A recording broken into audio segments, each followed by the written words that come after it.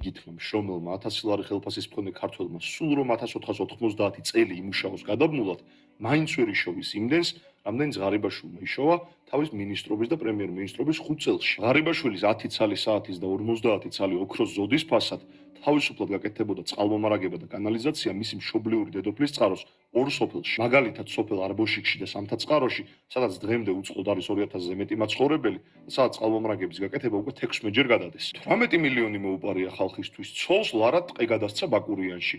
ოქროს ზოდები და საათები უბოვეს სახლში და ესენი მეუბნებიან, რომ იცი თურმე 1 მილიონს გადაიხდის თავის ქონების ალბათ 0.1%-ს და წყნარა წავა სახლში. მსახიობი ანდრო ჭიჭინაძე იცით რის გამოიჯდა ციხეში თვეები განაჩენის გამოცხადებამდე? პროკურატურა ამბობდა მოწმეებზე ზემოქმედებას მოახდენს, მტკიცებულებებს გაანადგურებს და საზოგადოებისთვის საშიშიაო. ამას კიდე ემუქრება 9-დან 12 წლამდე ციხე ყოფილი პრემიერი იყო და სამივეს გაკეთება შეუძლია ბევრად უფრო თავისუფლად ვიდრე ნებისმიერ სხვას. და წარმოიდგინეთ, ტიპი არის ახლაც გარეთ. გელა ხასაიას ჩადენილი დანაშაულის მტკიცებულება არ არსებობს და მაინც ციხეში ზის, თუ გამოვა მტკიცებულებებს გაანადგურებს. და თავისუფლებაზეა კაცი, რომელიც მთელს ქვეყანას, მათ შორის იმდევნილებს პარავდა ფულს, რომელთა დახმარება არის 45 ლარი და იმ ვეტერანებსაც, რომელთა დახმარება არის 100 ლარი. დევნილებს კი სხვათა შორის ზუსტად გელა ხასაია ეხმარებოდა და უგროვებდა ფულს. ჩვენი გეგმაა, რომ ამ მარაზმის დასრულების შემდეგ შევქმნათ ნორმალური და ქმედითი ანტიკორუფციული სამსახური, რომელიც ამათ მოპარულ ფულს ბოლო თეთრამდე დააბრუნებს და მოახმარს კონკრეტულ საჭიროებებს. როგორიცაა სკოლების გაკეთება, ავარიული სახლების რეაბილიტაცია, წყალმომარაგების მოწესრიგება